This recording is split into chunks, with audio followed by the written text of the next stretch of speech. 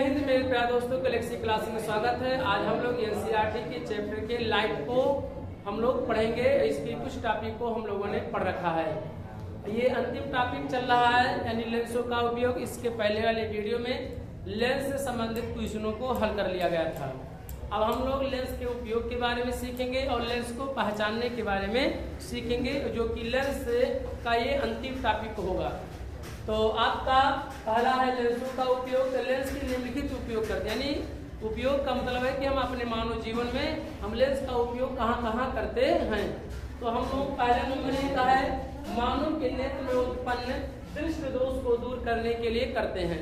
यानी लेंस का जो उपयोग है मानव में, कभी कभी आप देखते होंगे किसी भी व्यक्ति को किसी व्यक्ति को दूर की वस्तुएं दिखाई देती हैं तो पास की वस्तुएं स्पष्ट दिखाई नहीं देती हैं, और अगर पास की वस्तुएं स्पष्ट दिखाई देती हैं तो दूर की वस्तुएं स्पष्ट नहीं दिखाई देती हैं। इसे हम लोग मानव नेत्र का दृष्टि दोष कहते हैं। दृष्टि दोष का मतलब है कि मानव की देखने की क्षमता में कमी होना, इसे हम लोग कहते हैं। तो इस दोष को दूर करने के लिए हम लोग लेंस का क्या करते हैं, उपयोग करते हैं। लेकिन किस दोष में किस लेंस का उपयोग करते हैं, तो निकट दृष्टि दोष में अवतल लेंस का उपयोग करते हैं। यहाँ लिख भी सकते हैं अपनी भाषा में, अगर कहें तो निकट दृष्टि दोष में क्या लिखेंगे, निकट दृष्टि दोष में क्या करते हैं, अवतल लेंस तथा दूर दृष्टि दोष में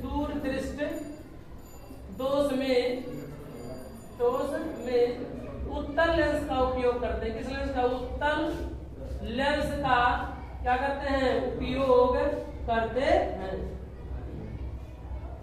किस लेंस का उपयोग करते हैं, उत्तल लेंस का उपयोग करते हैं। तो इसे शॉर्टकट में कह सकते हैं कि निकट दृष्टि दोष को दूर करने के लिए अवतल लेंस का उपयोग करते हैं और दूर दृष्टि दोष को दूर करने के लिए उत्तल लेंस का उपयोग करते हैं। इसे संक्षेप में कहा जाता है जो व्यक्ति को दिखाई नहीं देता है, न तो पास की वस्तुएं स्पष्ट दिखाई देती है ना तो दूर की वस्तुएं, तो इसे निकट दृष्टि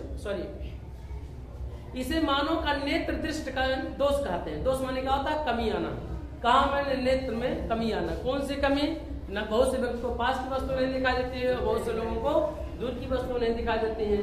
बहुत से लोगों का बहुत सी चीज आप देखेंगे ऐसा, बहुत से लोगों को देखे ना तो दूर की वस्तु पर दिखाई देती है ना तो पास की वस्तु दिखाई देती है।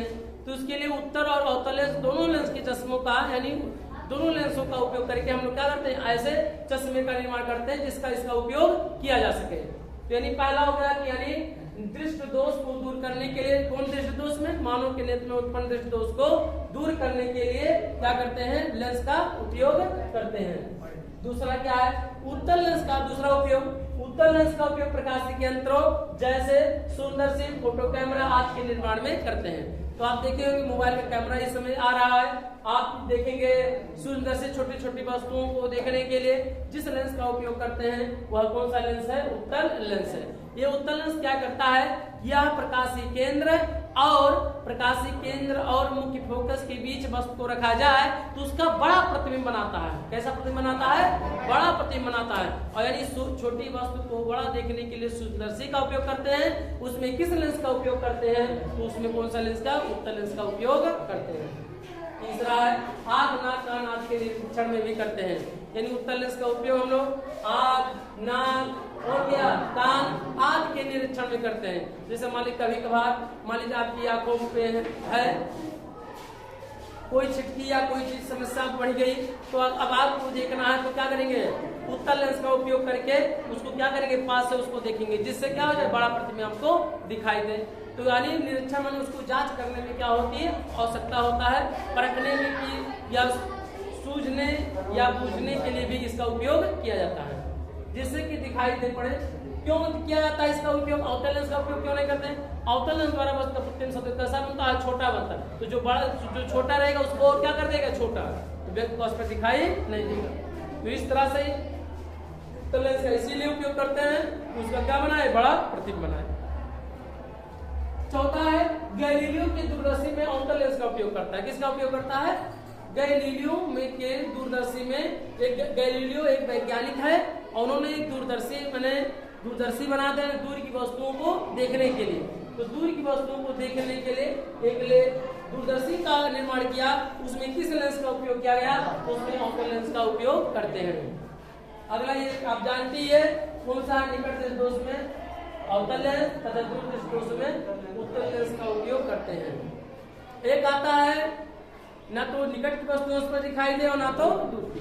दिखाई ना देने का मतलब है ऐसा नहीं कि उसको अंधा हो जाएगा, पास की वस्तु तो दिखाई देंगे लेकिन दूर की वस्तुएं स्पष्ट नहीं दिखाई, मतलब धुंधले टाइम में आपको दिखाई देगा। ना तो क्या सोचे आपकी अंधे हो जाएंगे, ऐसा कुछ नहीं है, मैंने धुंधला दिखाई स्पष्ट, माने इसका मतलब कि स्पष्ट दिखाई ना दे, अस्पष्ट दिखाई दे। तो इस तरह से लेंसों का ये क्या रहा उपयोग रहा। उत्तल लेंस का अधिकतर हम लोग मानव जीवन में करते हैं, अवतल लेंस का कम उपयोग करते हैं। दूर की वस्तुओं को देखने के लिए अवतल लेंस का उपयोग करते हैं दूरदर्शी में। ठीक, सूक्ष्मदर्शी में किस लेंस का? उत्तल लेंस का उपयोग करते हैं। क्यों? क्योंकि सूक्ष्मदर्शी में सूक्ष्म माने क्या होता है? छोटी छोटी वस्तुओं का बड़ा प्रतिबिंब देखने के लिए उसमें उत्तल लेंस के जब रखा जाएगा तभी वो क्या बनाता है? बड़ा प्रतिबिंब बनाता है। कब बनाता है? जब वस्तु मुख्य फोकस और वक्रता के मुख्य फोकस और प्रकाशीय केंद्र के बीच है। मैंने वस्तु को हमेशा उस लेंस के कहाँ रखा जाएगा? तो वस्तु के प्रकाशीय केंद्र और मुख्य फोकस के बीच में रखा जाएगा। इसीलिए जब सूक्ष्मदर्शी में देखते हैं इसे नीचे, तो वो ऊपर नीचे रखने की क्या होती है? व्यवस्था होती है। उस व्यवस्था को हम क्या करना होता है? सेट करना रहता है उस पर। और वही कि मैंने अगर ऐसा नहीं रहेगा तब अगर दूर रहेगा तो उसका क्या बन जाएगा? उल्टा प्रतिबिंब बन जाएगा, और उल्टा प्रतिबिंब बन जाएगा तो आपको धुंधला दिखाई देगा, और धुंधला रहेगा तो आप जाहिर सी बात है।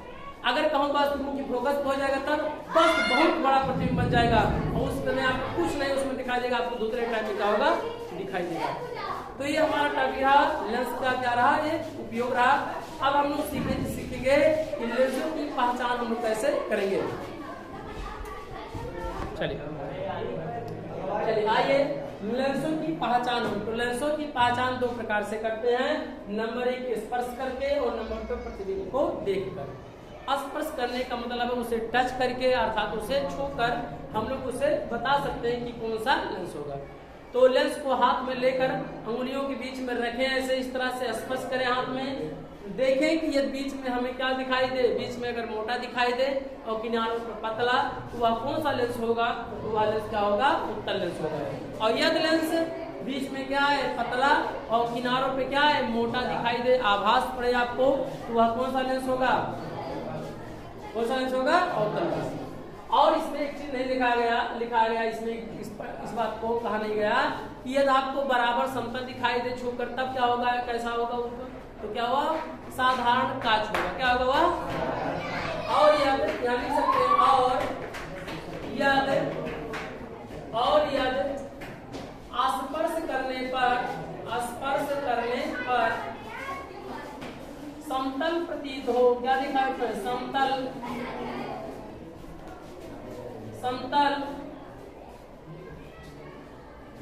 स्पर्श करने पर समतल प्रतीत हो तो वह क्या होगा? साधारण कांच होगा। क्या होगा? साधारण कांच। साधारण कांच का मतलब है उसे हम लोग कह सकते हैं कांच की प्लेट कह सकते हैं, या कांच का उसे गुटका भी कह सकते हैं। कांच की गुटका मोटा रहेगा लेकिन वो क्या रहे? समतल रहेगा, और वो सब क्या होगा? बराबर होगा। उसका पृष्ठ ना तो गोलीय होगा ना तो क्या होगा? अंदर की ना तो धसा होगा ना बाहर की क्या होगा? उभरा। साधारण कांच होगा। और साधारण कांच की फोकस दूरी क्या होती है? अनंत होती है। क्या होती है? अनंत। साधारण कांच की फोकस दूरी अनंत होती है। दूसरा तो यानी क्या होगा? स्पर्श लेंस को भी हाथ में लेकर स्पर्श किया जाए, यदि बीच में मोटा हो किनारों में पतला, तो वह कौन सा लेंस होगा? उत्तल लेंस होगा। और यदि बीच में पतला हो किनारों पर क्या हो? मोटा हो, तो उसे हम लोग क्या कहेंगे? अवतल लेंस। अगर हमें समतल दिखाई दे बाहर और बीच में और किनारों पर अगर समतल दिखाई दे तो वह क्या होगा? साधारण क्या होगा? कांच होगा। दूसरा है कि प्रतिबिंब को देख कर हम भी कर सकते हैं। वस्तु को हम लोग उत्तल लेंस को या अवतल लेंस को या साधारण कांच या प्लेट को अगर हम तीनों को रख दें, किसी अक्षर के ऊपर रख दें और उसको ऊपर नीचे क्या करें? देखें। उठाकर उस लेंस को ऊपर नीचे क्या करें? उसको देखें। तो यदि हम उठाएं, यदि मान लीजिए अगर आकार प्रतिबिंब से जो नीचे वाला वस्तु मतलब है अक्षर है, ये तो वह बड़ा दिखाई देगा, तो वह कौन सा लेंस होगा? उत्तल लेंस होगा। क्या होगा, और यह प्रतिबिंब उसमें कैसा दिखाई दे, उठाने के बाद मैंने वस्तु से थोड़ा दूर किया जाए, अगर वस्तु छोटा दिखाई देगा तो वह कौन सा लेंस होगा, अवतल लेंस होगा। और यदि उसके आकार में कोई परिवर्तन ना हो, पास रखें या दूर रखें लेंस को, तो उसके प्रतिबिंब में उसके आकार में कोई परिवर्तन ना हो तो वह क्या होगा, साधारण कांच होगा। अर्थात उसे ही लिख दिया गया, उसमें समतल की पट्टिका इसमें लिखते हैं। यहाँ पर साधारण कांच को ही समतल क्या कहते हैं, पट्टिका कहते हैं, या उसे कांच की गुटका भी कहते हैं। एक चीज और है लेंस की पहचान करने का, आप किसी भी लेंस को लीजिए और एक सीधी छड़ लिया जाए, उस छड़ को लेंस के ऊपर क्या किया जाए, रखा जाए। यदि बीच में एक जगह पे बिंदु पर अगर स्पर्श करेगा तो उसे क्या कहेंगे, उत्तल लेंस कहेंगे। क्या कहेंगे, मान लीजिए ऐसे उत्तल लेंस होगा, अगर इसके ऊपर एक पट्टिका रख देंगे तो एक बिंदु पे क्या होगा, ऐसे टच करेगा, स्पर्श करेगा, एक ही केवल बिंदु पर। तो जब एक ही बिंदु पर स्पर्श करेगा तो कौन सा लेंस होगा, वह उत्तल लेंस होगा। यदि उसके ऊपर ऐसे इस तरह से अवतल लेंस यदि होता है, इसके ऊपर रख देंगे तो कितने बिंदुओं पे टच करेगा, या 2 बिंदुओं पे टच करेगा, तो क्या होगा, ये अवतल लेंस हो जाएगा। अगर सभी बिंदुओं पे टच कर जाएगा तो क्या होगा, वो समतल होगा। अगर मान लीजिए समतल है, इसके ऊपर रखेंगे तो सभी बिंदुओं को टच किया कि नहीं, कांच और जो रख रहे हैं छड़, उसके बीच में सभी बिंदुओं पे क्या होगा, वो टच करेगा, तो कौन सा लेंस होगा, समतल लेंस। और समतल लेंस को साधारण कांच कहते हैं, जो उसे हम लोग कांच की क्या कहते हैं, गुटका भी कहते हैं। तो इस तरह से लेंस के यानी पहचान हम लोग 2 प्रकार से करते हैं। एक तो क्या होता है, स्पर्श करके, असल में छू कर टच करके, और दूसरा है प्रतिबिंब को देख। प्रतिबिंब को देखकर कैसे करेंगे हम लोग, लेंस को या उत्तल लेंस या अवतल लेंस को सामने वस्तु, कोई भी वस्तु हो या अक्षर हो, इसके ऊपर या नीचे थोड़ा सा करें। यदि प्रतिबिंब बड़ा दिखाई देगा तो क्या करेंगे, कहेंगे उत्तल लेंस है। अगर छोटा दिखाई दे तो कहेंगे अवतल लेंस। अगर बराबर वस्तु दिखाई दे तो हम लोग क्या कहेंगे, समतल लेंस। हमें उम्मीद है कि आप बेहतर से लेंसों के बारे में सीखे होंगे, और हम लोग नेक्स्ट टॉपिक को, अर्थात इसके वाले टॉपिक को नेक्स्ट वीडियो में हम लोग सीखेंगे। हमें उम्मीद है कि आप बेहतर सीखेंगे। जय हिंद, जय भारत।